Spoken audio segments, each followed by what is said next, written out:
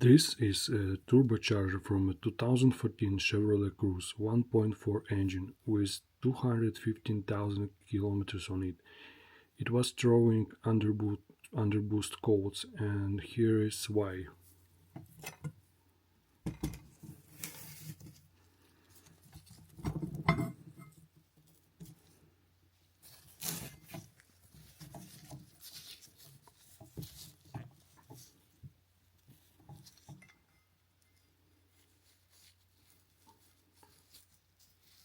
There is a crack right on the Wastegate seat.